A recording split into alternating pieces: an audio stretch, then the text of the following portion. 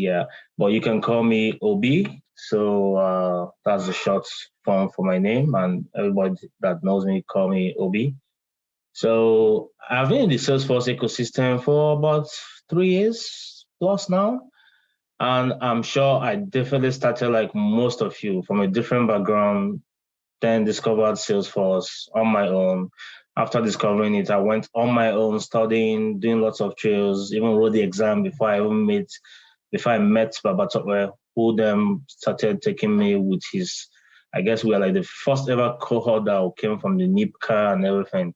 So it's been a journey, and personally, it's always a self-learning. Like, even no matter what we're going to do today or whenever, I hope it's not overwhelming or much. But the good thing about the Salesforce ecosystem is that everything is all out there. At the end of the day, you still need to do your own work, your own research, your own groundbreaking, your own learning. So that's how Salesforce is. Like, it's always changing. You keep learning.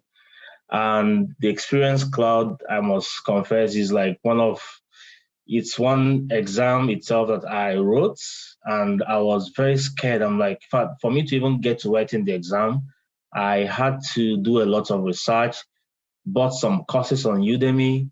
I did them. I did not understand what was happening. I left it, came back after like a year. The same thing.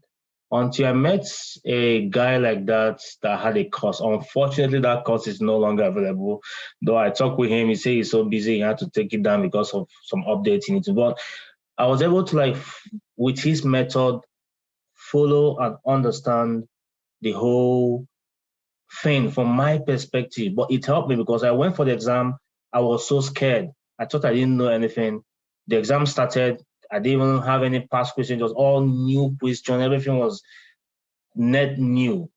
But I just settled down, relaxed myself. I told myself I've understood the basics. It's always the basics. Like, I'm a believer of always going back to the basics. When you know the basics, just like as an admin, which I'm sure all of us here are, the basics actually helps you to build the rest. It's like a great foundation whereby you have the basics and you can build everything on top of that. So that is what I took time to understand in Community Cloud. I understood lots of different basics. So during the exam, I'll look at a scenario and then I piece it out. I'm like, okay, this is what it should be based on my understanding. I submit and I pass. I'm like, wow, unbelievable. I wasn't even sure of my answer, but I was just using logic in my head with my learning, and I was solving it based on how I was able to learn from the last person I used his lecture and learned about that. So I've done my best, tried to prepare some lecture for you guys, and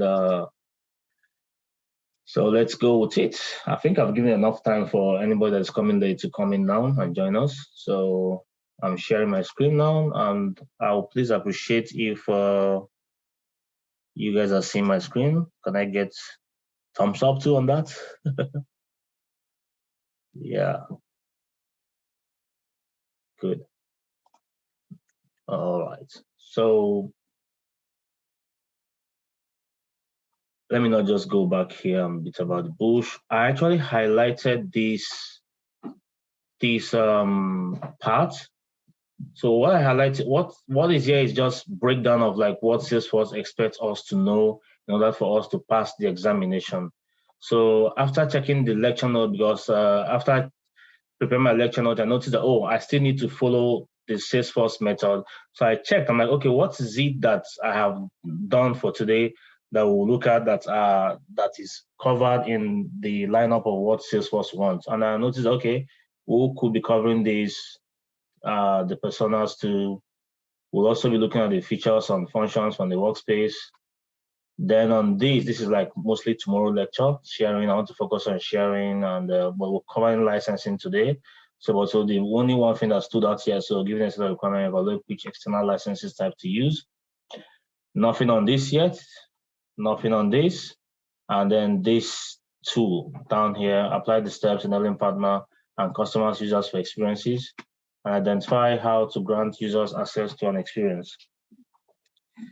And describe the capabilities of different experience deployment, migrations, describe how to enable and activate an experience. So as I said, so looking at what I highlighted, it's It's what I hope we can complete and handle today, possibly more. And then by tomorrow, we could almost, by the time we do up to this amount, I'm sure we'll have done like half of it. And before the next 4 days, we'll be done. So I prepared a presentation. Okay, sorry, I'm on the lower side. View, let's do the reading view. Okay. So the topic for today, we'll be looking at licenses. We'll do a walkthrough of org. We'll look at templates. We'll look at deployment and integration, and then we'll look at rollout strategy. All right. So licensing is like the most important part of the whole thing with Salesforce. They don't joke with Salesforce. They don't joke with their licensing. That is how they make their money. So licensing is a big deal. And definitely it's also a big deal for the company or consultant or anybody using Salesforce. You have to think about licensing because that is the money itself. So you must make sure you have the optimal license. I think there's even an app for big organization that helps them. It's an app that helps you to even calculate whether you are using the right licensing. So looking at this statement that I called actually from Salesforce. So you see, for especially as regards to Experience Cloud, so licenses are a gateway to authenticated access to your Experience Cloud site. So one of the most important steps when planning a site is selecting the right licenses for your use case. These licenses grant access to Experience Cloud sites to customers and partners who can't otherwise log into your company's Salesforce org. So these are the main licenses regarding Experience Cloud, which is external identity, external apps, customer community plus, partner community, and channel accounts. So these licenses are what those that use Community Cloud are expected to have. So there is also this partner. I'll just do a quick add-on. Partner community license is based on licensing on partner license, whereby channel account is based on account. So you don't use license for that. It's like if you have channel account as your license, then if you have access to that account, that is like your license to use that account. So looking at this this slide, we are looking at the 3 main licensing that mostly we use on Salesforce for our orgs. So we have the customer community, which is like a B2C, mostly to business, to customers, and the users that need this licensing. Okay, let me back up a little bit, first of all. So the whole thing about licensing, I'll use the normal Salesforce analogy. It's in Community Cloud. It's like an airplane. That is the general analogy they always want to use. You know, when you have a big airplane, you're looking at different compartments in the plane. There's the first class, business class, and the economy. So airplane is taking everybody to one direction, not the same destination. So everybody on a community is heading to our experience portal to experience whatever it is the relationship they have with the company, whether it is customer service, self-service, personal service, no matter what service you need, or just information you want to get from the website, or you want to manage your sales, you are on that same website. But then what level of assets would you have on that website? So that's where licensing comes in. So if you're like in first class, which is the highest license, which is the partner community license, you will have access to a lot of things. So, but let's start from the smallest one. So this is like the smallest license. Anybody with a customer community license is like the economy class, whereby you just need to have access to cases, discussion, knowledge articles. And this is also a high volume account where you have so many people coming in to use your website. Maybe it's like also a self-service website whereby people will come in and use. Then next level will be the business class, which is called Customer Community Plus. This also mostly is B2B, business to business. Here you can do a lot of other things like delegated. You can have a delegated admin that can manage other accounts that you cannot have in customer. and you have reports and dashboards, and you can also have sharing rules. As regards to sharing, we'll discuss that tomorrow. Whereby in customer community, we are having what is called a sharing set and sharing group. We'll get there. So the next one is the partner community, where you have channel sales, MDF, and then leads and opportunities. So these leads and opportunities. So if you look at all this customer community and this customer community plus, all that they do can also be done with the partner community. I say this is the first class license. Don't forget about the last part of the plane, which is like the pilots, the hostess, or all those working in the aircraft. So these are like we see them as example in Salesforce of the internal users. So these people have more access because it actually belongs to them. They have the standard Salesforce license, and that definitely gives them access to our community. However, just a side note, there is also having the license does not mean you even have access to a community. You need to be a member of a community to have access to that community. But that's a different discussion, because there's also a way you have to add the member, and then how we even convert these users to be a partner user or a community user is a different ballgame. Going to the next slide. So these two Lightning external app, this first one and this last one, it's just for niche cases, not a common licensing. That's why it's like it's beginning and the end.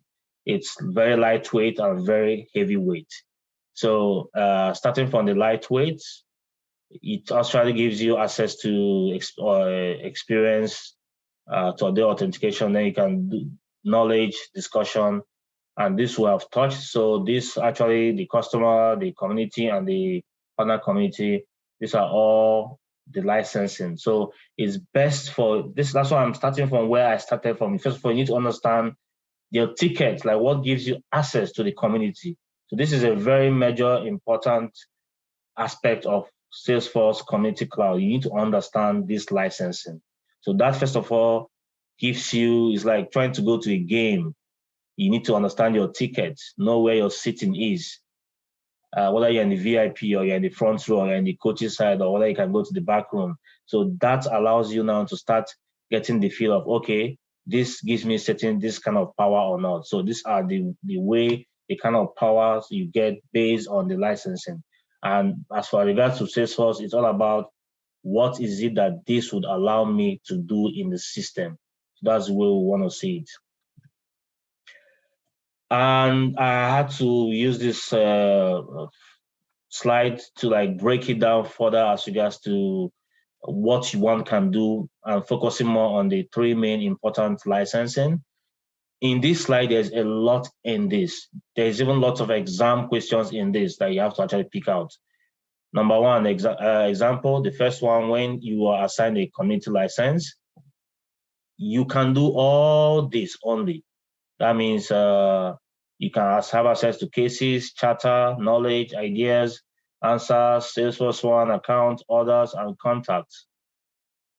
And it's mostly for self-service or high-volume account, high-volume community, where you have up to 10 million users. So it's actually an exam question, like how many users can you have in a customer community licensing? It's up to 10 million. The next is Customer Plus. You can have up to 1 million users. And then also partner licenses, you can also have up to 1 million users. So these two licenses, you can only have up to 1 million users. But the only difference starting from these two now is reports and dashboard. Of course, both can do it. This can't do it. Role-based sharing, these two can do it. Of course, customer license cannot. That's the economy. It can't do that. And then you both can have access to tasks, reminders, notes, events, and calendars. And finally, partner license, which is the most powerful license in the Experience Cloud. You can now have access to like sales objects, like opportunities, leads, quotes, campaigns, create and edit, task, events. So this licensing allows you now to have access to everything here cascading into this. So they can have access to all this. You see that's how this thing breaks it down better. So back to this Lightning platform licensing. It's also, as I mentioned earlier, it's just for a specific kind of specialized, carved niche organization that just wants a certain kind of solution. But most importantly, it can do all this, and it has a lot of storage. And it also has the highest number of custom object accessibility. Obviously, it's for like a business that is specialized, so they have the special object or do you want us to see, so that's why they have more access to custom objects. So looking at this, so this slide showing us depth. So this depth you're looking at is like the platform depth, like the depth of our Salesforce, what you can reach in, what you can do in Salesforce. So this is the base. Let's start from like the community builder. So this is the basic user. The user starts from here. Again, just the same thing we did with, I know this slide could look a bit confusing, but that's why I'm trying to step us up from it. So starting from the basic user, the next level we'll be going is what else can this person have access to based on what license. So basic user starts off.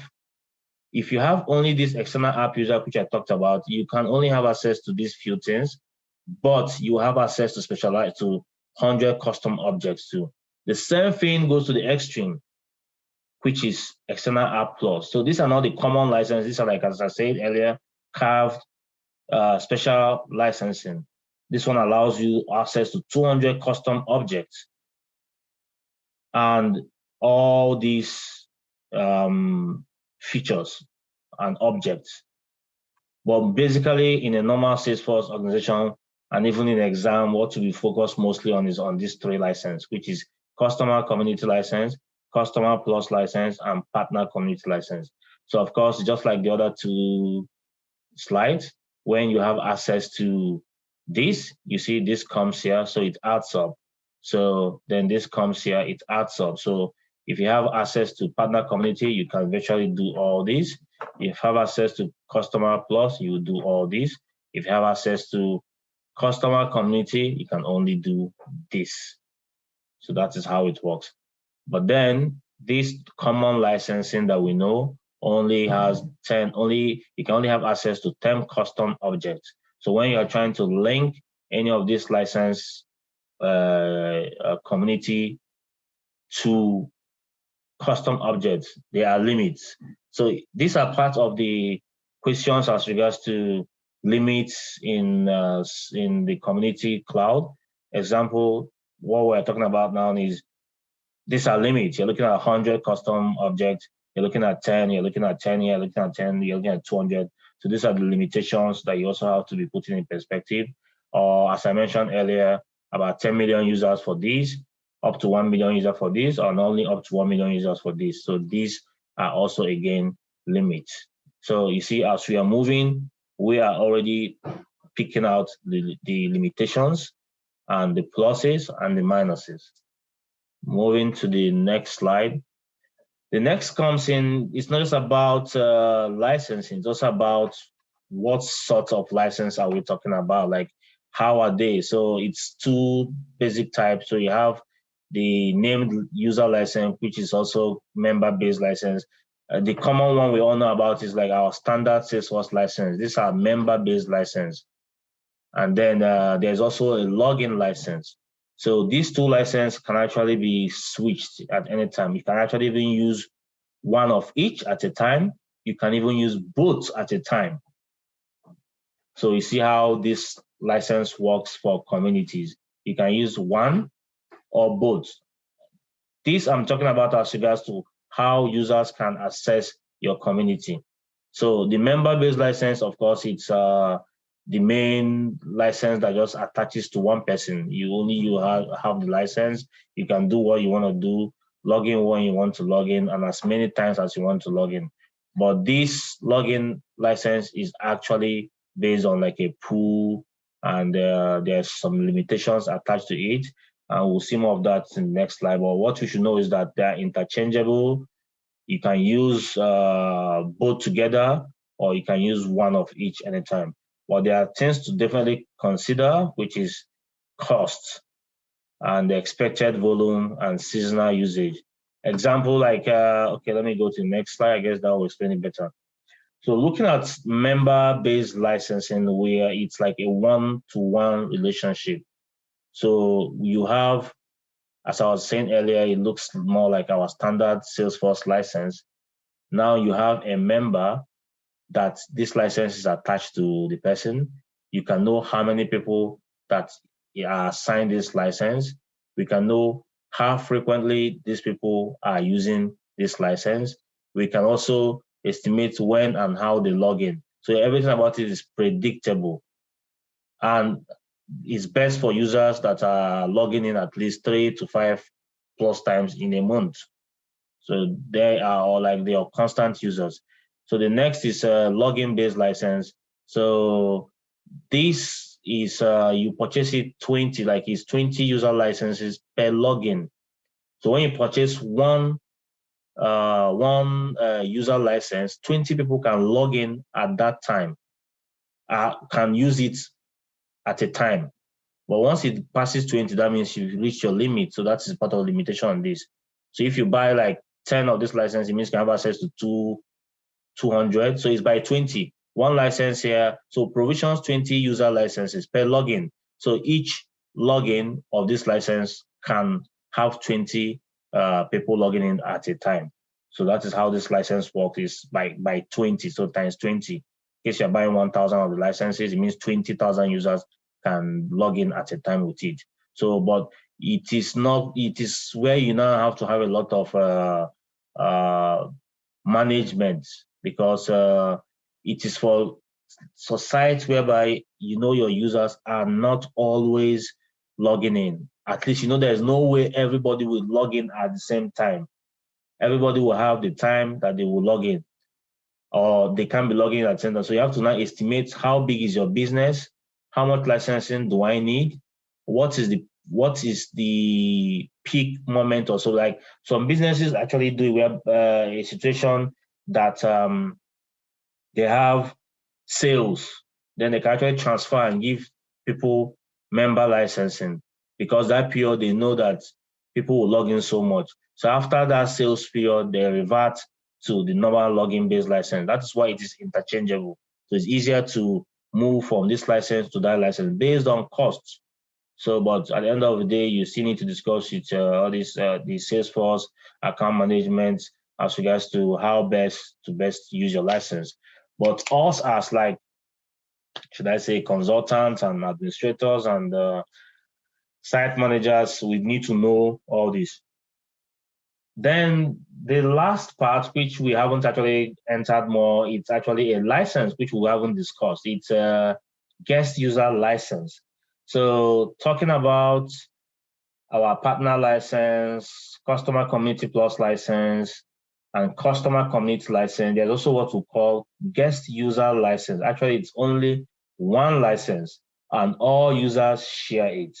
And it's for non-authenticated use only, which means anybody that has access to our website, which means the website has been made public, the person would have access to, the person would be assigned this guest user license and only will be allowed to see what they can see based on the assignment as a guest user.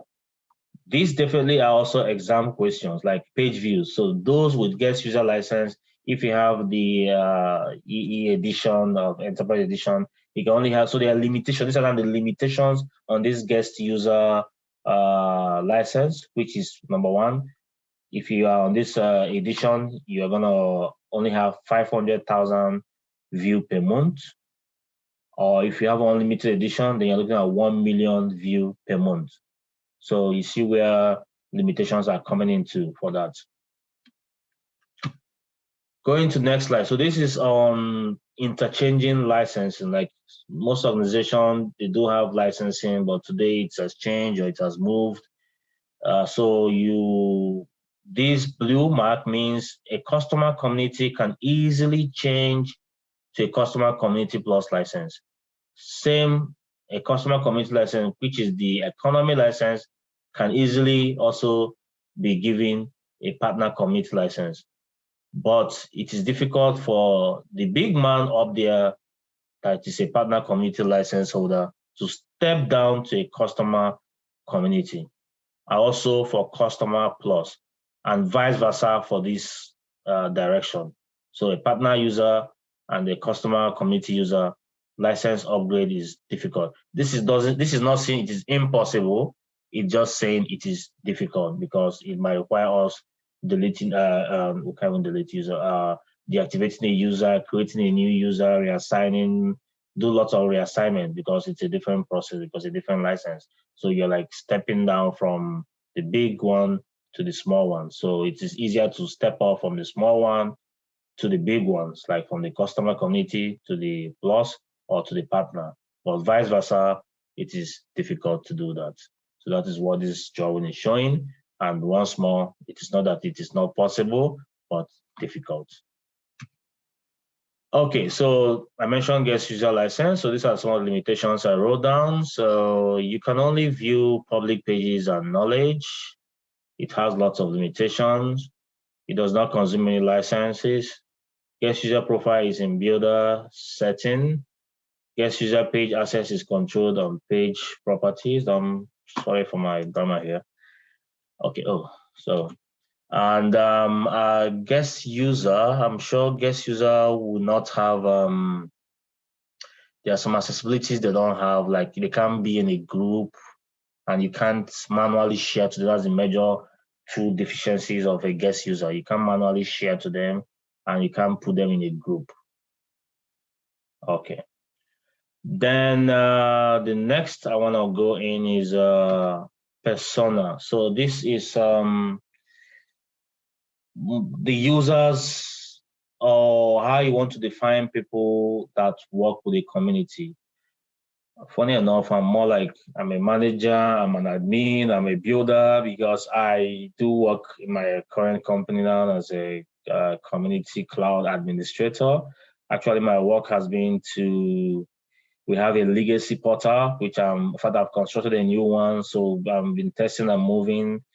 So we're implementing, trying to onboard people based on their needs on our community, and I will migrate everything to when we're done. But it's still work in progress, but almost the whole skeleton is there. It's just to finish up with fleshing out and everything. So as an end user, what do? You collaborate, you get support, and you learn. What type? You could be a customer, a partner, or an employee.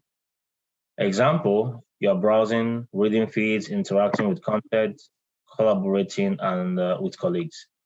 As a manager, you protect, nurture, and strategize for communities. This is what I do. Type, mostly Salesforce administrator, which all of us are here. And what do? You also moderate forums, running reports on health, communicating with members. Then community admin, you manage members' access, permissions, and configure and maintain platform settings. You are an advanced Salesforce administrator. So your task will be controlling and defining the sitemap, defining permissions and access, controlling information and architecture. Or as a community builder, you're also customizing the community appearance and develop new functionalities for communities. You can also be a Salesforce consultant to do that. You are building component templates, customizing page layout, modifying the community and appearance. So funny enough, I'm doing these 3 jobs in one. That's what I do, and that is what I believe most of us, I'm sure some of you must have even have done some tasks as regards to the last Service Cloud task where you have a task with Community Cloud. So it's almost doing manager and admin work, or even a builder. So it's not a big deal. It's not a big deal. It's all about having the interest, the need. So what I've done now is taking you step by step on licensing. And I hope that makes sense, because that is the most important part as far as I'm concerned on the Salesforce Experience Cloud. If you understand the licensing, then that is like you've gotten the first base then you're moving down to the next level of base. And if you do, so I'm gonna be asking question on this. Sorry, I didn't finish this slide. I should have been coming up again, but it's okay like this. So the first question is this first block. This is on how to use, please give me 1 second. I'm trying to open, I don't know how does this thing work. I'm trying to see participant, like to see my screen again. I can't see it. Okay, hide, disable reaction, pause, share sound. Anyways, because I'm trying to ask question and I want to see people, anybody that, anybody. Okay, the first part, let's say, no need to log in. So what kind of a user is this? What sort of license does this person need? Someone can play. Yeah, that's the answer. The next one is this person so the question we should be asking when we want to choose license correctly is like, what is the highest thing they need to be doing in that? That will determine what kind of license you're giving. What's the highest thing? Example, if the person doesn't need to log in, that's the first step, then guessed, correct. The next, they only need to view cases. What kind of license will this person need? Community. Customer community. Yeah, correct. Then the next is access to reports and dashboards. What access does this person need? Customer community plus. Correct. Then the last one is they need to now access sales data. And when we mean sales data, what is sales data? And partner community. Partner. Yeah. Well, so what do we mean by when we say sales data?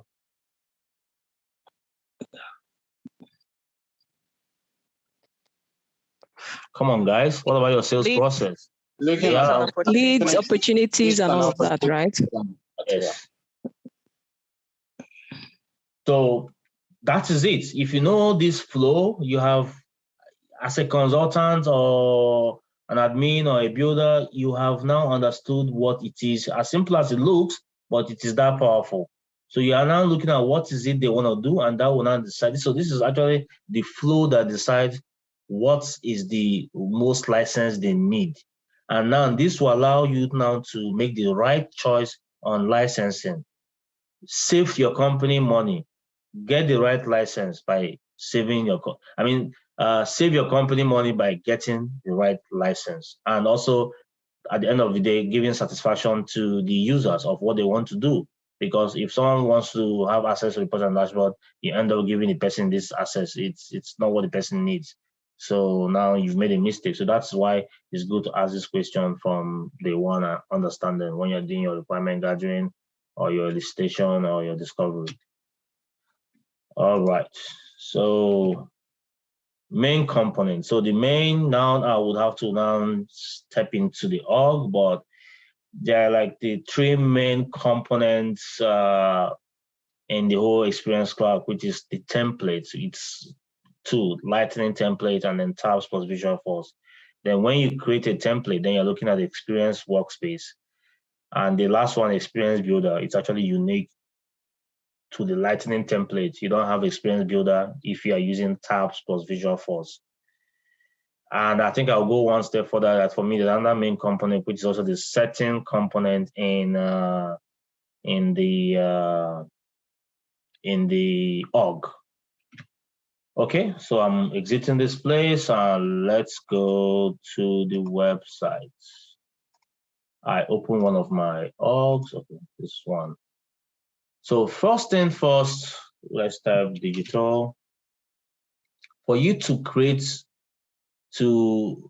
work on communities or create your communities for your work or whatever need you need, you need to activate the community. So you click on digital setting, digital experiences, then you click on setting.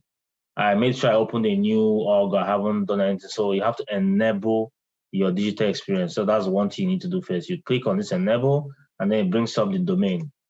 So now this has to be unique. You need to choose a domain that will suit your business, the domain name. Mostly it has to deal with your company or discuss with your IT or however. Choose a domain name and then use it to check the availability and use it and create. Funny enough, I haven't thought about this part before this meeting. I should have done that. As regards to, I have to end up building something, hopefully, and because the aim is not about building, because building now depends on taste. I don't want to, because that was what was my issue first time when I was trying to learn Experience Cloud. I will go in, people are busy building different things. It's crazy. Like, I wasn't understanding what's happening. But the one I learned, the guy wasn't focused on building, it was focused on like teaching all these parameters. So knowing all these, you can build whatever you want. Everybody's need for business is different. Everybody's design is different. Like, I won't call myself a good designer, or I'm not a developer too. Funny enough, Experience Cloud is even leaning towards more of the development people than even us, like the consultants and admins. Those that are development people that knows HTML, C, CSS, and coding, Lightning Web Components and runtimes, they're actually enjoying it better. But for me, I'm mostly focused on the out-of-the-box functionality of the Salesforce Experience Cloud, which is the Lightning part of it. Anyways, let me think. What will we be building? Let's say Experience Demo Class. I hope nobody could choose this. Oh, okay, good. So that is how to create your domain. And if you, because your browser didn't need your permission open. Okay, so if you notice when we did this, it's only setting, but when you activate it, it will bring up more options. So let's see about that. Are you already going there? Okay. So now if we type, let me close this. So success. Now this now allows me to create. So now if you type digital settings, you see now it has opened up all other options for me, because now I've activated the experience in my org. Now I can start creating websites. So this is all sites where I can create it. This is even pages, if I have different pages. This is settings, very important. We'll come there very soon now. We'll have templates and we'll have themes. So funny enough, Salesforce, everything is even written. So you can have 100 websites. We can build 100 experiences here, 100 communities. That is the maximum we can do. And whether it's published or unpublished, whether it's active or not active, you can only have 100. And if somehow you need more, you need to maybe repurpose an inactive one and reactivate it, reuse it. Because most times you come to post, or you see lots of definitely lots of unused communities, because of the limits. If you need them, you use the one that is not active. So that is how it is done. So this is where we will be creating our community, and that takes us to the page. Well, let's quickly look into settings. So if you come to this setting, this is new from Salesforce, turn on beta feature. Try out the latest. So this allows us to test whatever it is. So as I said, what is running now is all about the Lightning Web runtime. So there's a new one, the beta one. There's actually a Lightning Web component, build your own. The Aura one. So this is a new one for web runtime. This is my name of the site I chose, and it's good when you have your custom URLs. You can use it to like customize your website. It helps you with your content delivery. It also helps for SEO, like when you want to optimize your search engine too, people can easily get you.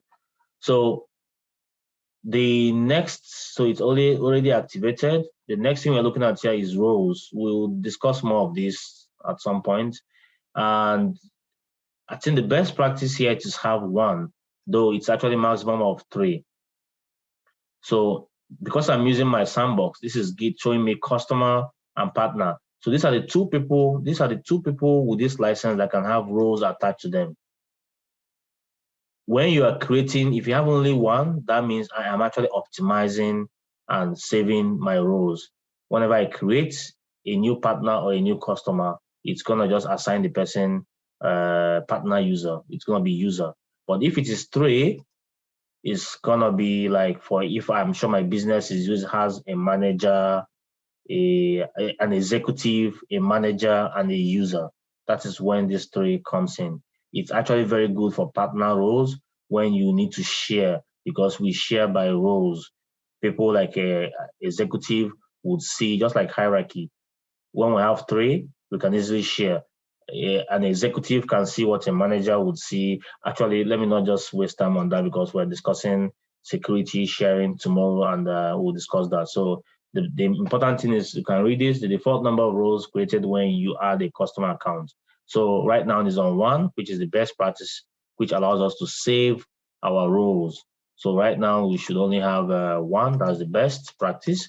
And also you should also try to activate your ARO, I think row optimization. I can't remember what the name of that A again. So there are lots of buttons here that do lots of different things. So let's quickly go them. I hope I remember some of them. It's been a while I went here. So allow editing of the partner account field on opportunities and leads. So if you tick this, that means you allow the users to actually edit this field. So most things are actually self-explanatory. I don't need to actually explain them. So enable partner super user access. So this also has to do with roles. It has to do with the partner user and customer sharing. So this is related to sharing, which is connected to partners. So it can grant access to people that are also above. If you're a partner user, if you're a super user, it gives you more access to people below you. So this enables report option for external. Okay, one main thing I need to point out here is that this setting we are in here in our Salesforce backend affects all our 100 community. So whatever you do here would affect any community you create. So that is why one needs to be careful what you are doing here, because whatever you do here would affect any 100 of the community you create. Funny enough, your 100 communities are actually independent of each other. So you can imagine, and they have their own settings in when we now go there, we're also going to go there. So you can imagine doing something here that will affect everybody, and yet you don't need it. That's why you be careful what you do here. So an important thing here is the account relationship setting and external account hierarchy setting. So it's more like having a primary, and the external one is the account you do business with. External account hierarchy is the account, of course, you do business with. You have a primary account, you have a secondary account. Of course, if you have a primary account, it will have access to accounts that are secondary if you activate this. So anybody that has access to the main account will also see what the smaller accounts are doing. Then this enable account relationship. You also have 2 people like Google and Apple doing business and are in your company. When you activate this, they can also both see their information. So you see how these are all important. Then this is where you have sharing sets. We'll look at this, and then we'll have sharing tools too. So this sharing set allows us to create a particular sharing to a particular community, and mostly related to our community user licenses. So let's go back to our all sites. That is where you go when you want to create a community. You click on new. This should take us to, why are you slow? Should take us to where we can now create a new community. Okay, so if you remember this, my slide, you start afresh. This one. So these are pre-configured templates, Lightning. So I wrote down all this, but I want us to be looking at it physically. So if you notice, anyone with this sign, this means it's Lightning. So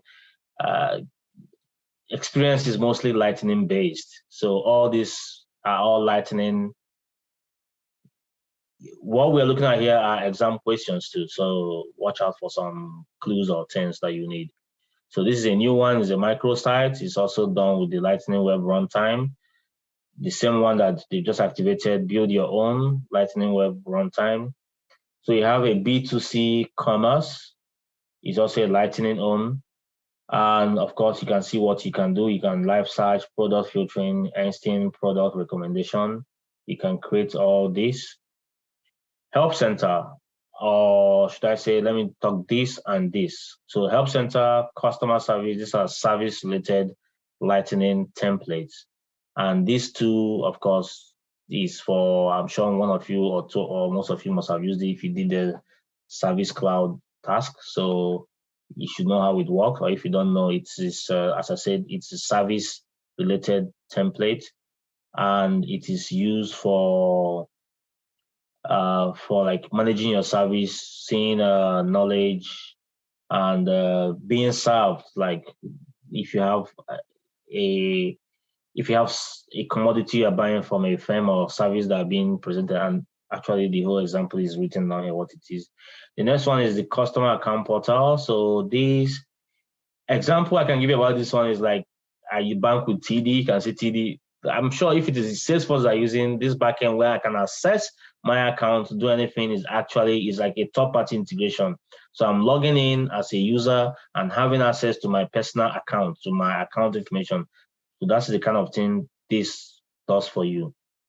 So this build your own. This is an Aura own, and of course this is the new one, the Lightning Web runtime.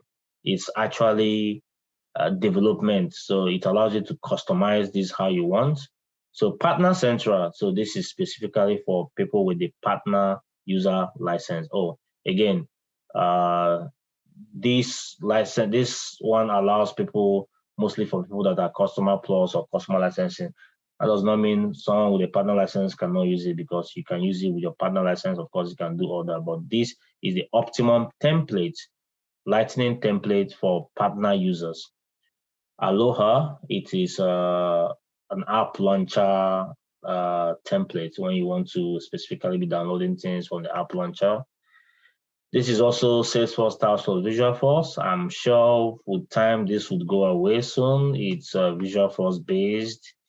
It's also for people that are developers mostly, but most organizations do use them for, because I've noticed most of the organizations I'm seeing or their communities are Salesforce Task for Visualforce based.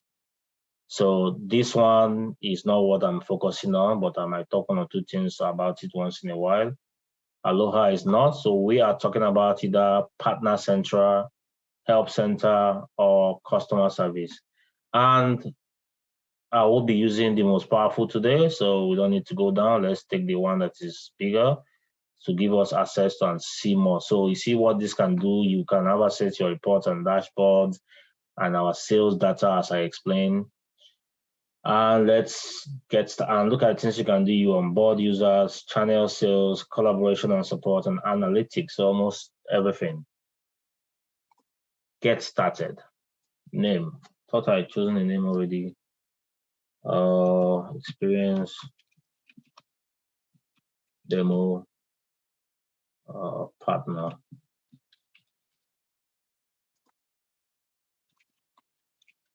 Partner.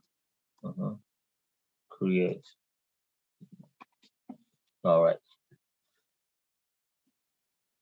So it will take a few, maybe 1 or 2 minutes just to create. Doesn't take a while. Let me see if there's anything I needed to tell you guys again. Okay. Yeah, there's one thing that's even changed recently. So when a user has access to a community, the user's email and password remains unique across all communities if the user is a member of that community. I hope that makes sense.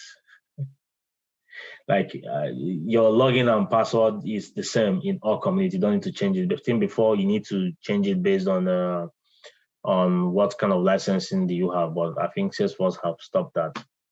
So now it's easier to jump from one community to another, but you must be a member of that community. Is there anything else I need to tell you? Okay, look for this. Limit is 100.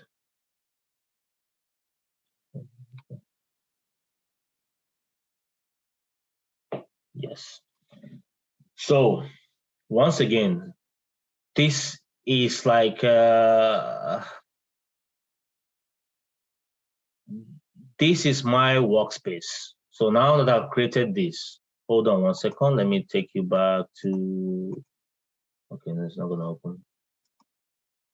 I won't do that. I'll start from here. So this is called my workspace. So what you're seeing here is a builder. So this is like the front end of this our community. If I click up here, almost you see everything here too. You see the same builder, moderation, content management, gamification, everything is all here. And the name of our community that I created is here, my experiences. So if I create another one for custom, for help, it's all gonna be here. So you can actually swap experiences from here. You can go to your workspace, you can go to our Salesforce setup, and you can check out your digital experience all from this tab. But moving here, I won't go here yet. I'll leave this because I just want you to know that Builder is our front end where we'll do the whole aesthetics, we'll build, we'll brand, we'll customize, we'll make it look nice. That is what you do here. Moderation is monitoring posts and comments, creating rules, and because this is when you have a community that is collaborative, people are talking, chatting with each other. Of course, just like Facebook is a major issue around the world now, you need to moderate it. Choose the right words they will say, what they can comment based on certain rules. You can also add more. Then content management is where you organize, manage, and build collection for your experience. Cloud side, this is mostly best used for if you have like publishing, if you have knowledge articles. So this is where you manage that. Gamification is part of also the engagement, just like our trailhead.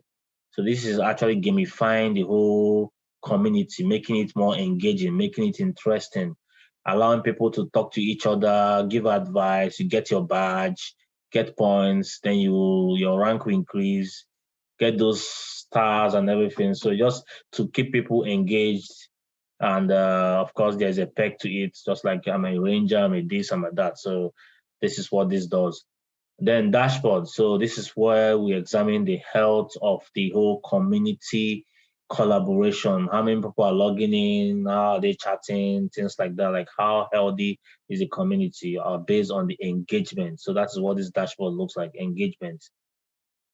Then this is the back end administration. So this is our front end. This is our back end specific to this community. Don't forget we have the setting, which is specific to all the communities.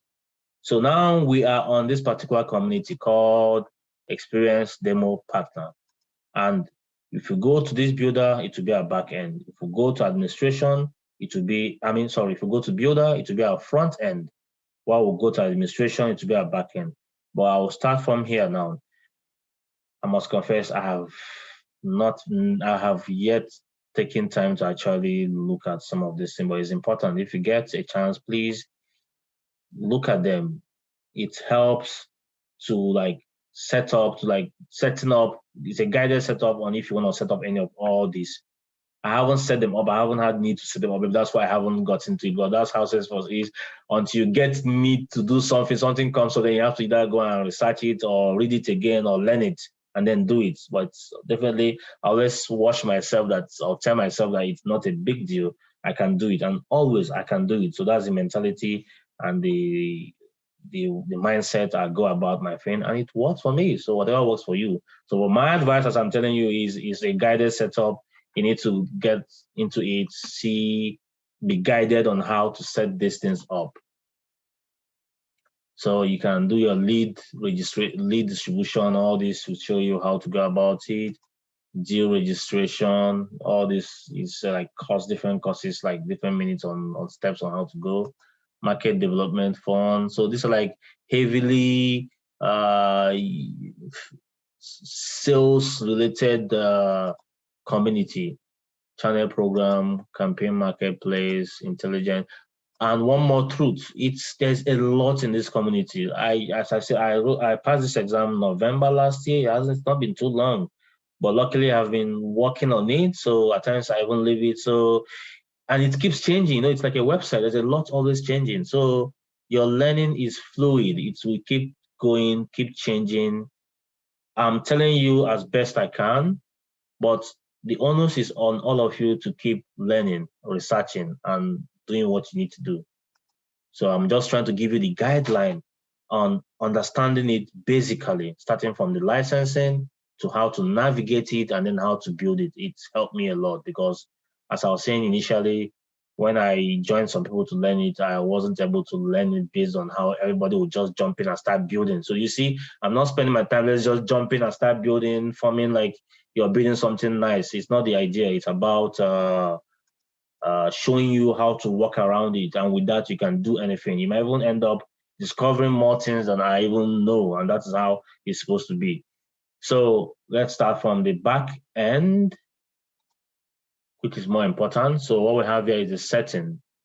So when you open the settings, so that's where we'll see the name of our website here.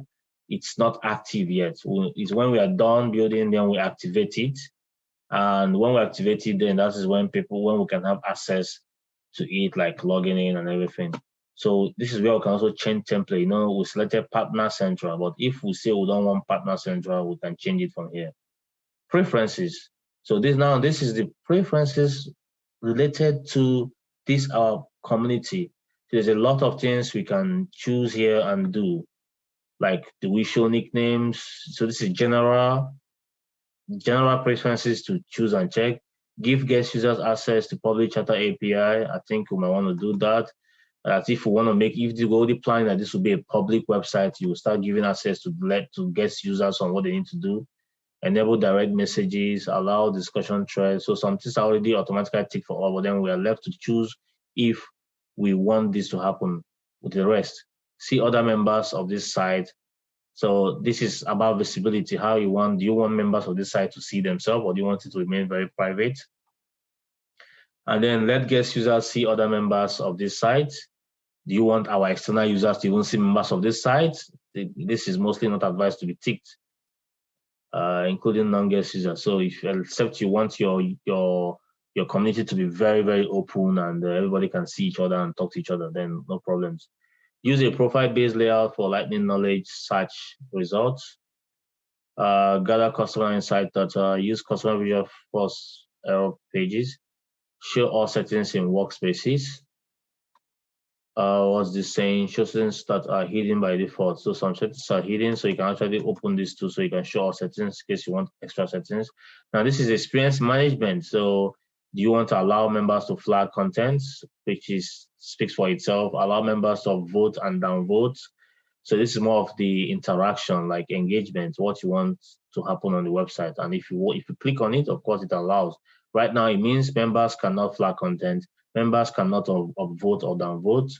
And now enable setup and display of repetition levels. So our site hasn't been geared towards more of the, what is it called again?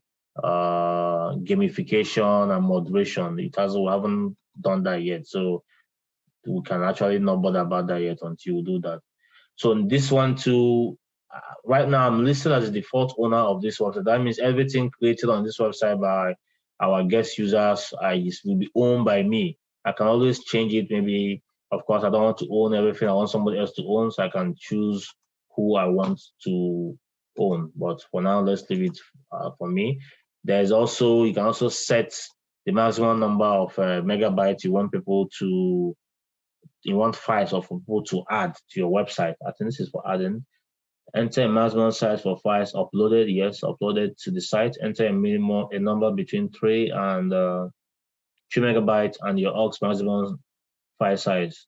To use the default limit of 2.048 MB, leave this field empty or enter 0. So if you leave it empty, so it means if you cannot enter more than 2.048 megabytes on this website. So that's it. You save and step out of it. Next is members, very important. So here are all the profiles that this is for internal. I'll click on all. So this lists all the profiles in our Salesforce org.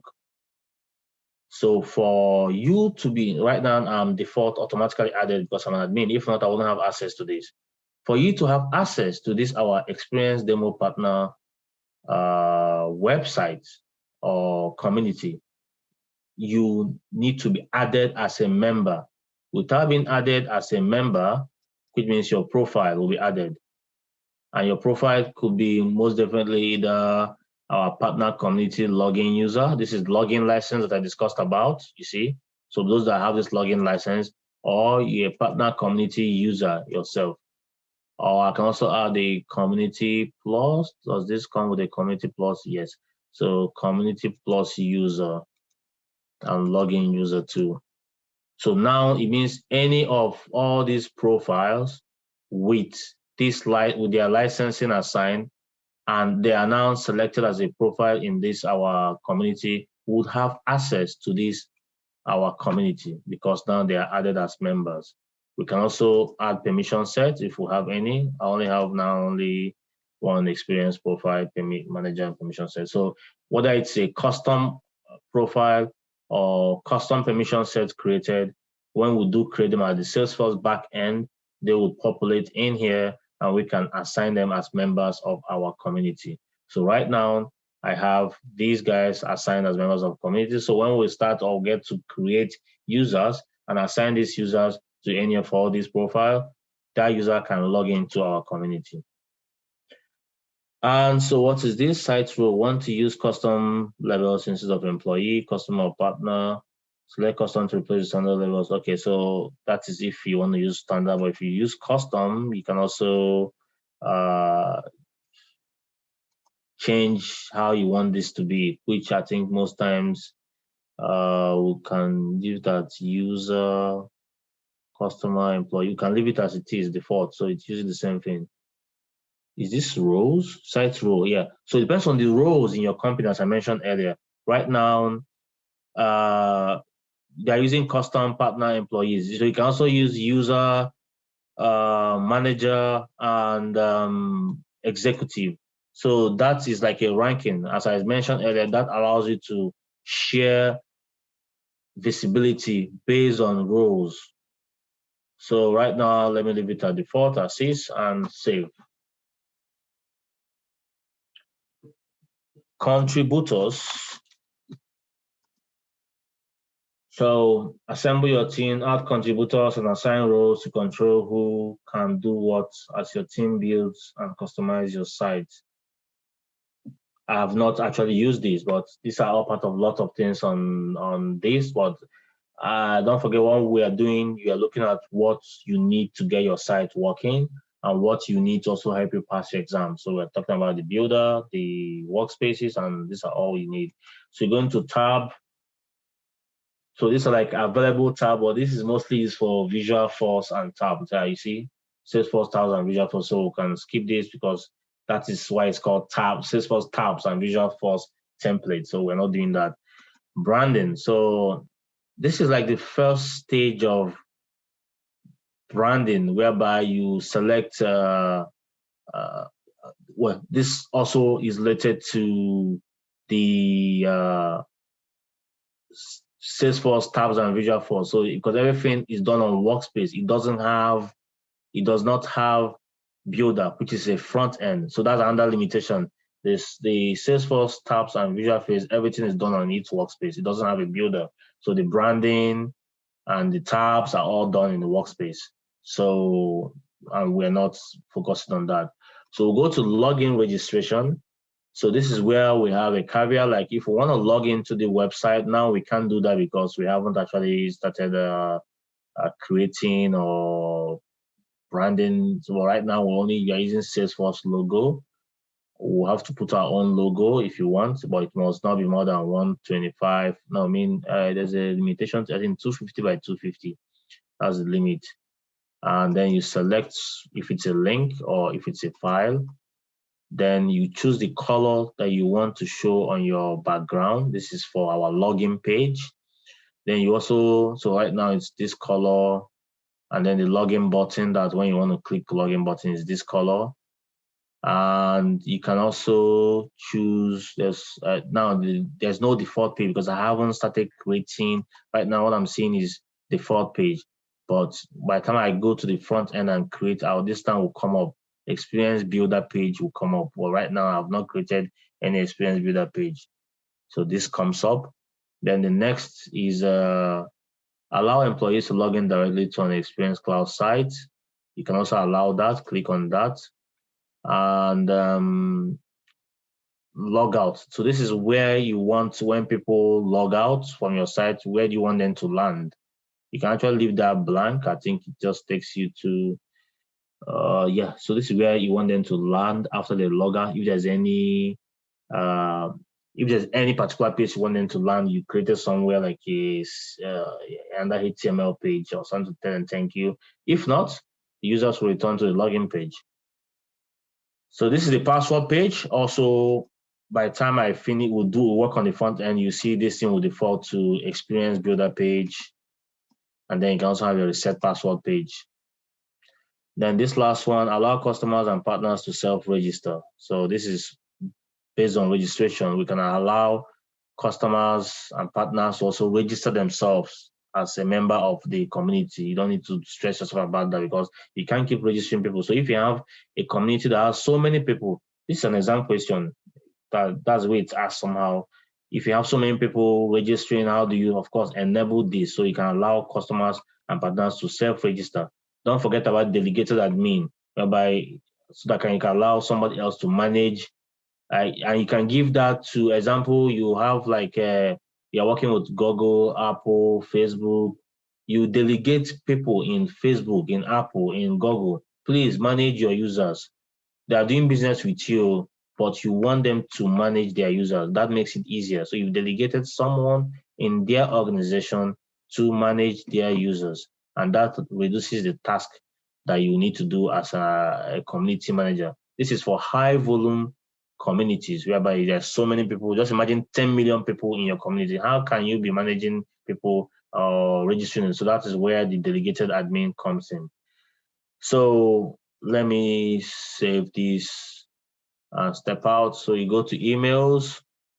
This is also very important. Like right now, the email that is coming from this website is my email. It's okay, this is still personal, but it should be a company email so that when people receive an email from this, our community, it to tell them where it is coming from, not from a personal email. So make sure you change that. If you want to brand your chatter, like the message that happens in chatter, you put a logo. You can also have a footer, arrange it here. Then the email template. So when this is ticked, in my office, these are not even ticked because they build custom codes where a lot of things are being considered before emails are sent to people when they register. But normally, when you build your community, you tick this. And so when a member registers successfully, the person gets a welcome email. And that welcome email, right now, what we have here is a generic email that is inside Salesforce. So this template is there. All these templates are in Salesforce. So you see, example, this one is a new member welcome email. So it will welcome, new email, where's the new member welcome email? New member welcome email. Can I open this? New member welcome email. What's happening? I've not done well. The point is it's an inbuilt email template in Salesforce. You can customize your own, which I'm sure most of you might have done in your task, whereby you're customizing emails to tell people that their payments are due or whatever. So you can always customize your email, put it in a template, and you can link it up here. It's easy. You go to wherever you saved it and link it. So depending on what email you want to send to people in your website, so you make it unique. The same for custom, for password. If you forgot your password, or you want to change your password, you can all do that. You can do that all here. Then, so I'll leave this place, pages. So right now, as I said, by the time I finish now, this one will default to this place. So we can set our pages here. You can even go to this force.com. This is like for advanced customization. I think when you want to migrate, you can also migrate via force.com. More like use this when you want to use a visual. But actually, last time I did a migration, sorry, not first.com, I mean site.com studio. I used this one to like migrate the things I did, but it still didn't even move. I had to recreate manually. That's part of the issues with this Community Cloud. And what's this? Nothing much here, no apps, you're direct. So, okay, let me leave this place. So build up quickly. So this is the front end for our Salesforce. So this front end is where we do the whole magic. We do the whole building. We customize, we do a lot. So starting from, if I click on components, there are lots of different components. So this is what we can select, pull, example, there's only dashboard here. This dashboard is empty, but there's a dashboard here. But if I link this dashboard to somewhere, there's nothing linked to it. So there's oh, this is not a dashboard. This is just tabs, business summary. I thought there was a dashboard on this template. This is the partner template. Anyway, so the point is there's this, the first thing you see is components. So lots of different components. You can pull them and drop. A lot. And some are even custom. You can build your own and then add here, or you can also get from App Exchange. There is this group. These are topics for our articles. We'll do that, I think, tomorrow or so. These are supports, because if this is a support-based website or community, this is where you get your component that you add that will allow people to ask button or case deflection or fill a form, submit their support or whatever. Sales, so you can see activities, campaign, and lead inbox.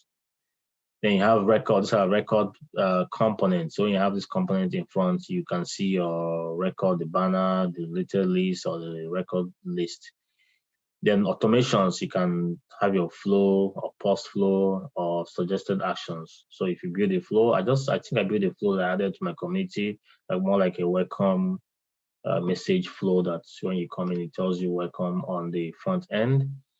And then you have messages like notification, gamification. So this is like the badges or reputation board. It is somewhere, mostly somewhere here when people come in, they see their level, their reputation. Files. So this is where you can also manage files. I'm using libraries lately for managing files for some synchronization like that. So it's also feeds where you see what's happening and keep up to date. So these are all the contents. Some of them can be done, as I said, by coding, or if you know how to write code, you can use things like the HTML editor and write whatever code, little one HTML you want to write. So you can also add dashboard, report chart, and Tableau. So the next is the theme. This is a very important place. So this allows us to choose theme of this. Right now is using Partner Central. We can also change the theme. I won't do that now because it will take a small while. So we can choose any of these themes. I've used this theme before. I've used Jepson before. I've tried Webster and Cypress. So whatever theme you change affects the look and feel of your listening. I wouldn't want to spend time here because we're going to go into this deeper more. So, or you go to the colors. This is where you change the feel and look of this. And the login page too, you can also do some changes too, or you can upload a photo and use it and generate color. You can go to fonts and choose fonts. You can also go to the theme settings. So this is a lot of settings. With this, to hide the header region, you can hide the notification header. You can fix this. You can set this to maximum. Lately, I had to start removing this because it looks better when you remove it. But I will put it back for now. So that's what that does. There's another important place, managing branding sets. So this is where you can have different branding. Like this one is all to allow you to share to different audiences. So when you do this branding set, you can create different teams, because right now this is one. But when you go to managing branding sets, you see we have Partner Central on. We can create new one and arrange it the way we want. We can create as many as we want and then assign that to our audiences. We will do that at some point. Then this is the setting of our front end. Don't forget, we have a back end of this, which is administration, and then we'll have a front end, which is builder. So these are the things we can do in this builder. remember I talked about guest profile. The only place you find that guest profile is here. You see, guest user profile. This is the only place you'll find is an exam question. This is where you find an exam, the guest profile. This our site is not published. Nothing is happening yet here until I publish it. Or some of these our pages will not work yet or be active. Right now, nobody outside can see anything here because it is not public. Team right now is on Partner Central. We haven't selected a different one. We're using the same one. We're using language. You can select as many languages. We can make our site multilingual by selecting add if you add more languages. But when you add language, you must also make sure you select a default language. And another caveat, no matter what language you select in your community, if you have a profile, like a partner profile, a customer community plus profile, or a customer license profile, when you log in, you would only see the language of your profile. So whatever you choose here does not matter. So this actually mostly affects people with guest user license. You can work on our navigation tab. This navigation tab is this one here. This is where right now we are using defaults, but we can have a new one based on how we want to build our website. Mobile publisher, how you want it to be on your phone. You can build how you want that to be here too on iOS or Android. CMS Connect, it is a different ball game. You have to connect your website to we have a content management area, so it just feeds straight from there and then populate your website, more like those doing publishing. Advanced, I guess this is where we can do our Google Analytics for tracking. I think I will get there. Okay, I think I need to be quick because time is going. So security is where you can also restrict or set security. Developer, this is for developers, mostly come here, troubleshoot or even write code or so. What is this in export?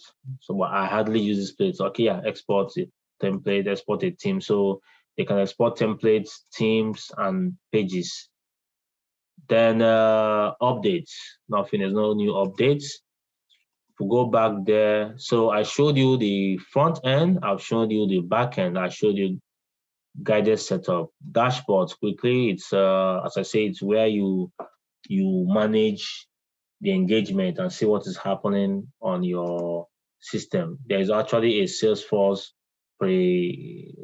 package that you normally need to install on your community to help you manage your dashboard. It's a free software on App Exchange. Then we have the gamification, which is where it's not active yet. When we activate it, we can then set up the whole badges on how we want people to get their points, to be happy on the website, to collaborate. Then we have content management, very important section. So this is where you will manage our content, shared content, CMS Connect. We'll go to collections, create collections, automatic manage of double content. And so this is if you have collections too. Topics is where we'll manage, very important place. You have to manage your topics from your knowledge, from your Salesforce backend to here. So that is what actually shows in the front.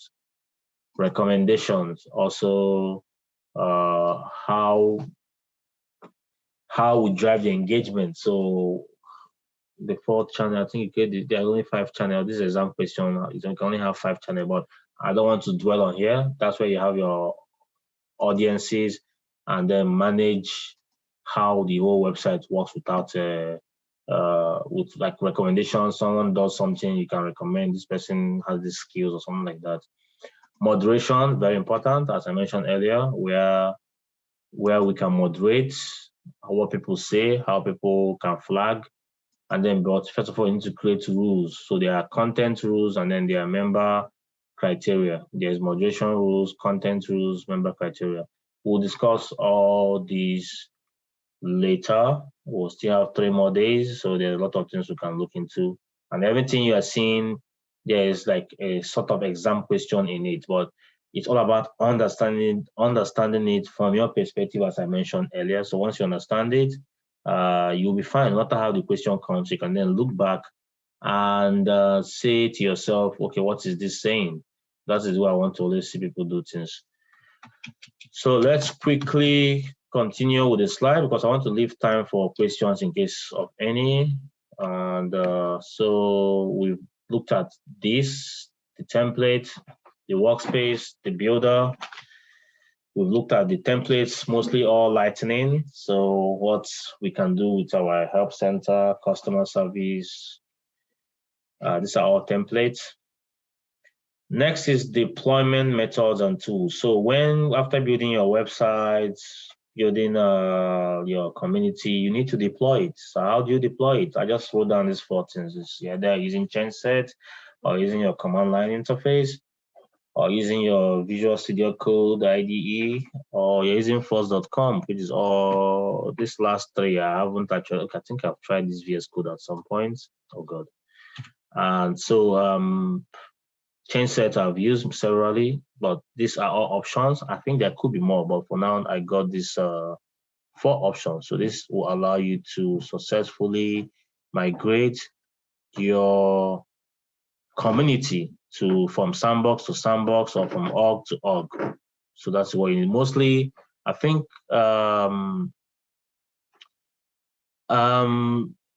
this IDE, I think, is mostly, this last 2 is mostly for unrelated orgs, and why this one is for related orgs. Then there's also something called Lightning Bolt solution. So I scribbled this thing down because it actually explains everything about it. And this is an exam question too, so you get to see that. So this actually allows you to build specific industry-related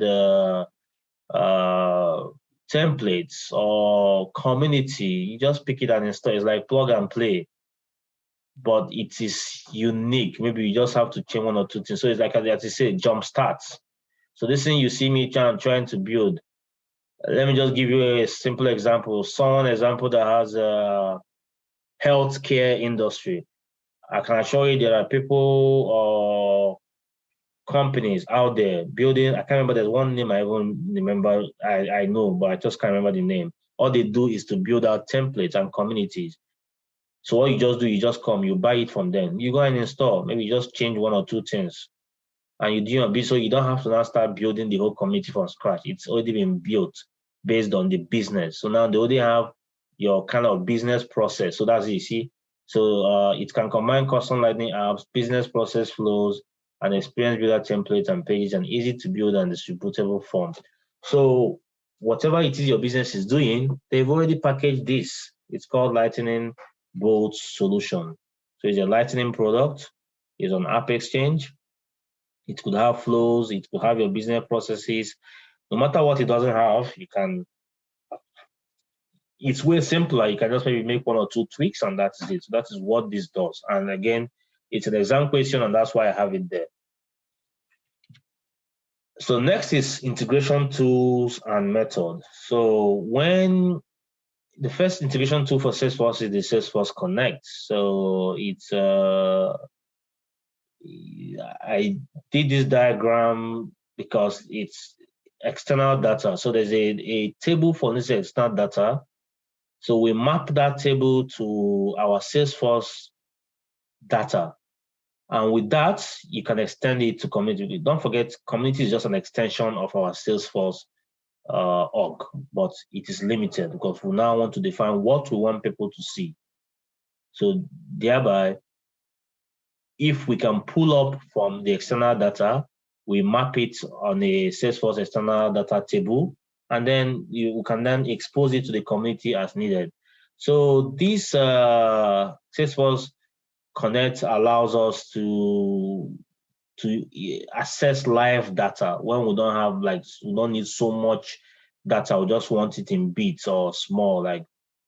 So it's best, that's when you best use it. I think example could be like maybe using things like all this I can't remember, is it SAP or something? Yeah, SAP. So you don't need the whole data, you don't access to the whole data at once. You only need live access to it, that a small chunk of that data at a particular point of time.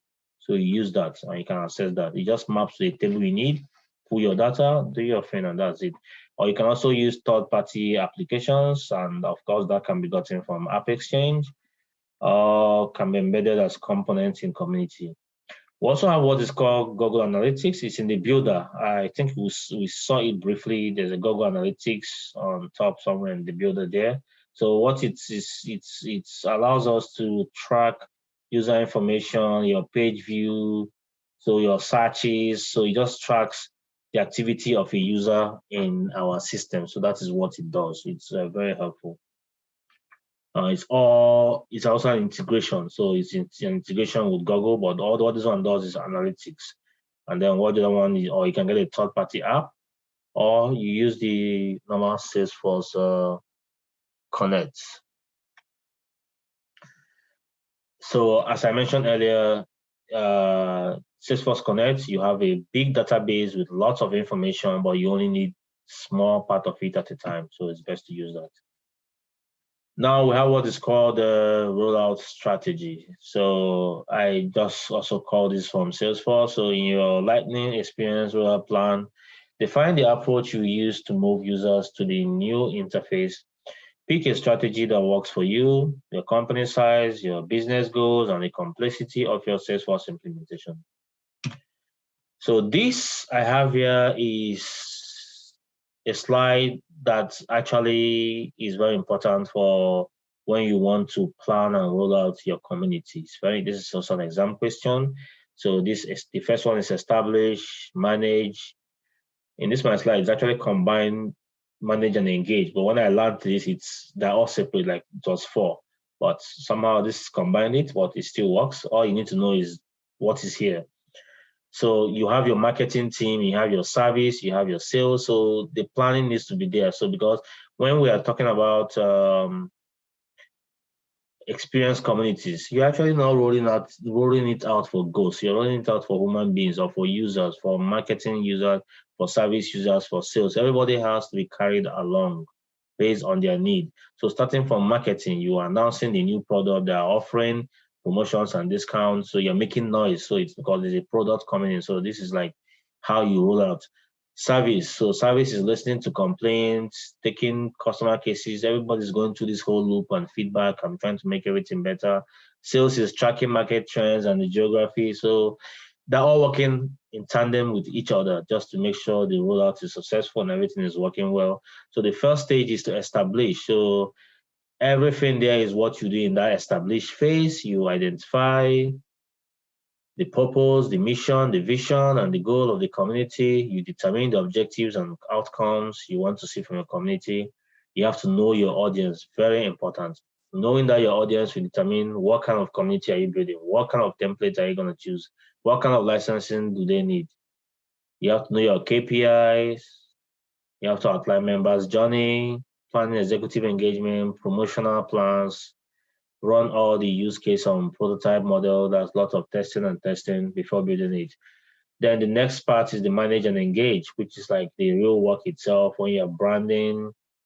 Because you're not doing this on your own, when you're building, you're also working with testing with people that will use it, and they're also seeing how it works. You're making changes on the go and like that. So your access control and navigation, use the right tools and integration, have a rollout checklist. So before launch, send an invite to small members of brand advocates and executive, rework on feedbacks and suggestions, start promotions, that's marketing, all these ones on top. Open the community to members once all rollout checklist is completed. Then measure. So at the end of the day, you need to be able to measure, which is KPIs, dealing with negative feedback or whatever that will come from customers that are not satisfied. Give some time to analyze progress, improvements, find out what is working and what isn't working. Then there'll also be the post-rollout phase. Well, these 4 things I mentioned, as I said earlier, it's an exam question, so you just need to.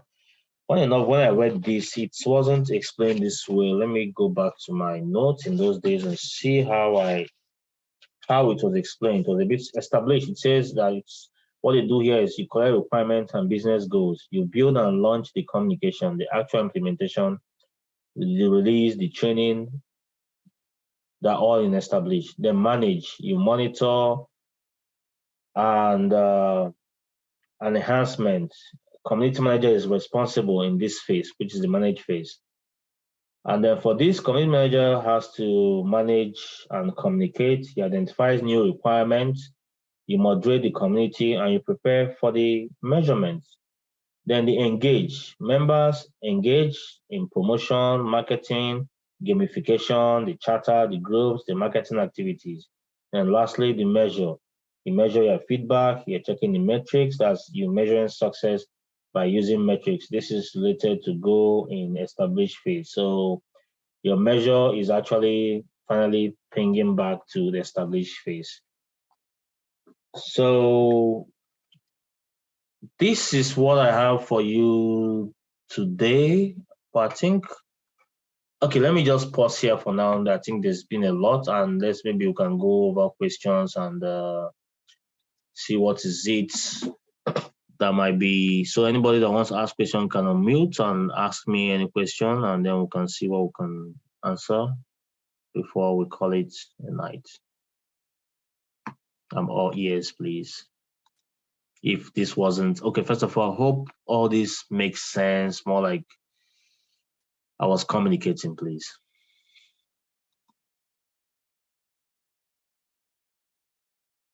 Hello, are we sleeping?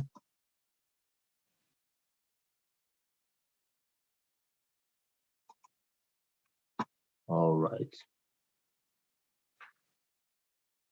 Does anyone have any questions? Because I'm thinking if there's a chart, I'm trying to also, no, we're not. Okay, that's good. So this made sense. Is there anything that needs more clarification, or I think the method I'm going about this is good because as I say, it's not about jumping in and building. You can, when you understand this, you can build whatever you want. Truthfully, there are lots of videos out there, different things happening. But I'm just trying to package the way I learned this and pass my exam. That is what I'm packaging. So it's like a step-by-step process. You understand the licensing, understand the navigation, then you understand some nuances as regards to what you need or what you don't need in the website. Okay. So no question? No question, obviously. Yes, sorry, can you, I was following, thank you so much, first of all. Thank you for taking your time to explain this and for choosing the method you are using. It's quite beneficial. But I was trying to follow you in my hands-on log, and I think I got lost after the setting, after clicking on save on setting. I really can't find how you go to the template and, yeah. That's one thing again. Like whenever there's an advice, I always learn from especially this thing is recorded. I don't know when soon they give it to you before. It's not best to follow when you are learning something live. Try to jot down, like listen and grasp as much as you can. Don't follow. I don't know how fast or how sharp you are learning. Maybe it works for you good, but that has been a general advice. Maybe if there's anything to jot down or take a screenshot or even record your own recording, it's better. Then after you can go back. But when you're following, when the lecture is going, you're bound to miss the main thing because you're trying to look at your own org. So for me, that is not my own learning process. But if it works for you, good. I'm just throwing out the advice there. Try not to always follow. Try to jot down, snap, write down. In fact, mostly write down. It sticks better. For me, it sticks better. So write down. Maybe write step, process, step this, step that, step that. You do it, it will work afterward because now you have the steps written down and you didn't miss it when it was being done. So, but back to your question is, okay, so you are saying you got lost after I created a community, right? And if you look now, you see after settings, right? You first of all, it was a new hog, so you clicked on setting, and then you started the one license, one premium license, one. Okay. Oh, yeah, I get what you're saying. So one more thing, notice now we've created our community. Now you can see one. We have one community now. So we mean 99 to go. We can create 99 more. So this link can take you straight to the website. Right now, we can't log in because we haven't activated this website. It hasn't been published. The website is not published, so it does not exist. We can't do anything. We can't log in. So this link wouldn't work yet.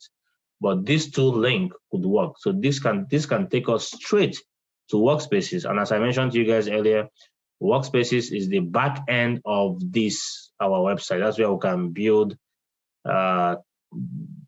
things that are setting related on our website. While Builder is the front end.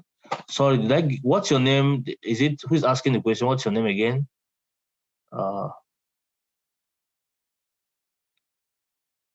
Hi. Oh, Titilayo, right? Okay. So yeah. The question to you, Titilayo, where do we go from here to access to assign members to a community? Where do we go from here? If you want to assign members to a community, you're an admin, you log into all sites, you're in a community, you want to go straight. Where do you go from here? Which of these tabs? These. Where would you go to access to add members in a community? Titilayo, the question is for you, yeah? Just try, okay. It's not difficult. Workspaces? Yeah, you go to Workspaces. You're going to do it yourself. You see, it's not a big deal. And that's how we learn. So where do you think that happens? Don't forget, this is front end, this is back end. Administration, because it's the back end. Now you're looking at setting, of course, nothing happens here. Preferences, written here, members. Can you see? So this is members of this community. You click on it. Okay, so sorry, Obi, how did Workspace get on? Like, if you go back a bit, I'm sorry to take everybody's time. Yeah. I'll be done. Not taking anybody's time. We're all learning, no problem. Workspaces. So you go back to Salesforce itself, to your hog. Yeah, so yeah, this is where I got lost. So in the beginning, you click on digital. Okay, let me ask you something. Imagine you're working on an account. You finish setting up something. Oh, right now I need to go to my Salesforce community that I built that will have access to account, my partner community called Experience Demo that has access. I've just created account number field. Now I want my members in the community to see it. Now, Titilayo, how do I go to that community? What would you do? You go to home, type all, it will come out, all, ALL. Oh, this is 3. Come on, what's happening? All sites, that's it. So it's under, so if you type, either you type digital experiences, digital, it brings out all this. So it's on all sites. Or I think even if you type communities, it still brings it up because Salesforce knows that people still type community. Yes, so if you type community, you see, it brings it out. Okay. So whether you type digital, community, or all sites, but just know that you need to go to your site, whether you type site or all sites. So when you click on site, it brings you to this place I am. Now, the next question is, what do I want to do? Do I want to do a front-end work or do I want to do a back-end work on this community? Okay. Don't forget, there's also a different setting, but this setting means whatever you do on this setting will affect any community you create in the future. Oh, okay. That was the first thing I was trying to explain. See, that's the major nuance that needs to be understood. Whatever community you create here, you can manipulate it with Workspace and Builder. But whatever changes you make in settings in your Salesforce org will affect all the communities you will create in future, all the 100 community. This same setting affects all of them. Whereas these settings affect individual community. If I create a new community, it will have its own. So you go to Workspace again, as we are doing. I already no need to open here. We're already on workspace. You select administration, you go to member, you add whatever member you want to add, and then you save. Okay, that makes Or you sense. can also Thank remove. Yeah. Yeah. Guys, any more questions? There should be questions. Come on. Oh, okay. I can see hands. So Sagal, please. Oh, yes. Hi. So I just have a question. And I think I just want to really confirm. So this is really prepping for the Experience Cloud certification, right? Correct. So not connected to PD1. No, this is not PD1. PD1 is a platform developer, right? Yeah. Yeah, this is well, you're in this class. This class is a community, is an Experience Cloud class, I believe. That's what I was told. Okay. And that's what I'm talking about. Yeah, no, I figured, but I just thought that it was more related to like going further, but then it looks like this is like a standalone certification. Of course, Experience Cloud is a standalone certification. I think I showed there's a, this is my, did I close that? Yes, no, where are you? Yes. So this is a certification on its own, Salesforce Certified Experience Cloud Consultant. It's a certification. Okay, yeah. Yeah. Okay. So. Yeah, but thank you so much for confirming. Okay, you're welcome.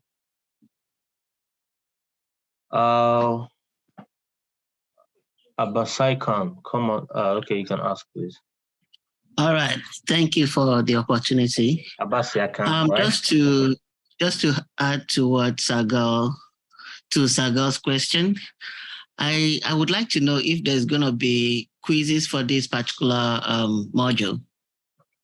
Bartolome told me he would extend. Yeah, there would be. So that's a short answer, because I remember him mentioning he would give me questions to give, like, for us to practice on. So good for you guys. But as you see, I'm not actually focusing on even that. I'm focusing on the understanding. At the end of the day, it's not about, because when I started Salesforce, I rushed it well. I had 3 certifications in under 6 months.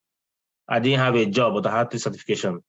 So I then had to calm down and go back. It's not that you can always, if you're smart or sharp or have fast questions, you can always read and learn and pass exam, or even, it's not a big deal.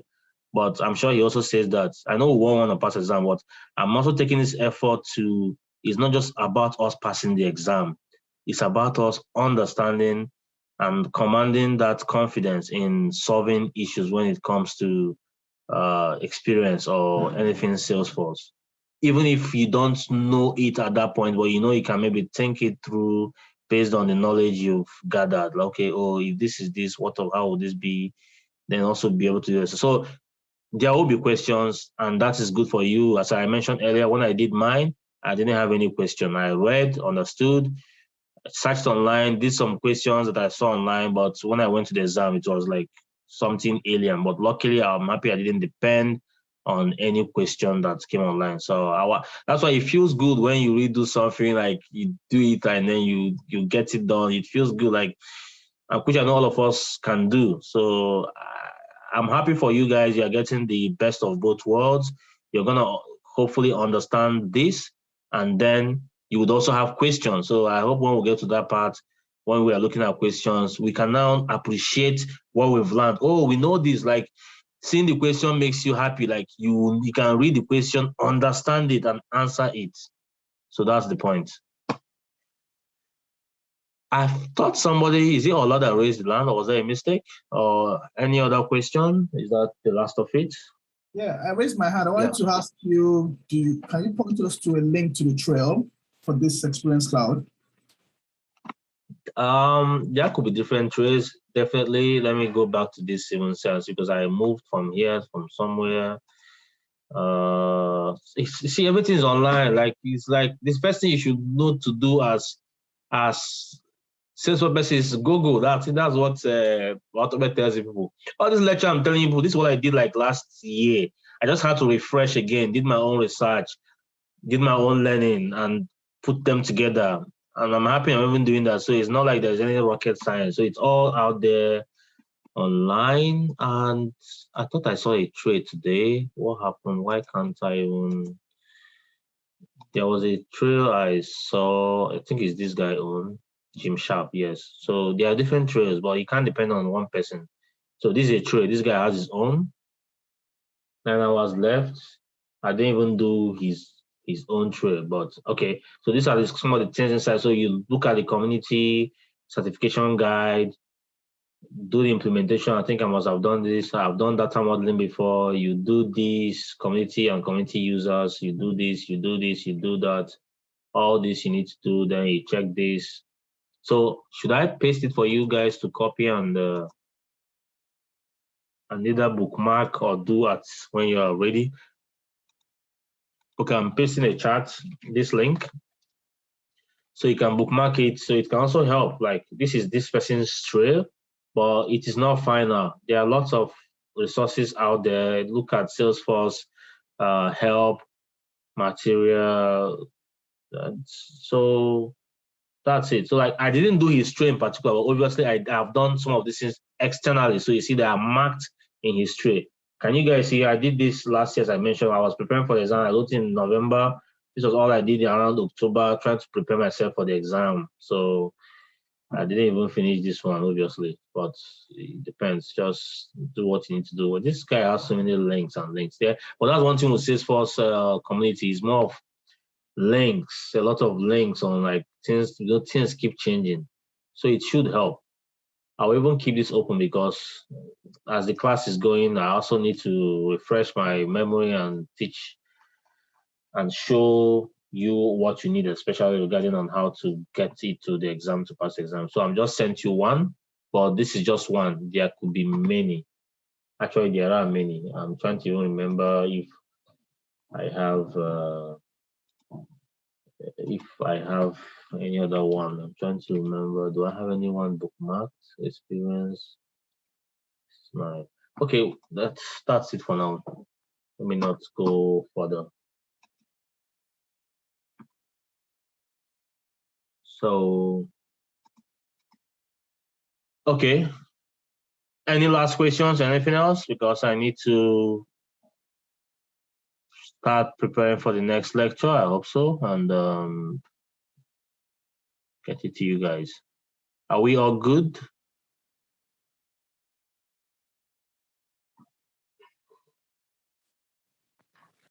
Okay. Someone is talking, but it's not going. Abe, are you talking? I can't hear anything. I was just saying thank you. No, I will just say thank you. Okay. All right. Well, I hope I can give all of us back 7 minutes, if that is not too much. Or since there's no question, I want us to take it step by step and understand it better, and that's how I want to take it. All right, guys. So thank you and good night. If no more question, but you can reach out to me. I'm sure you know how to reach out to me. All right. Have a nice day. Good night. All right. Good night. Thank you. All right.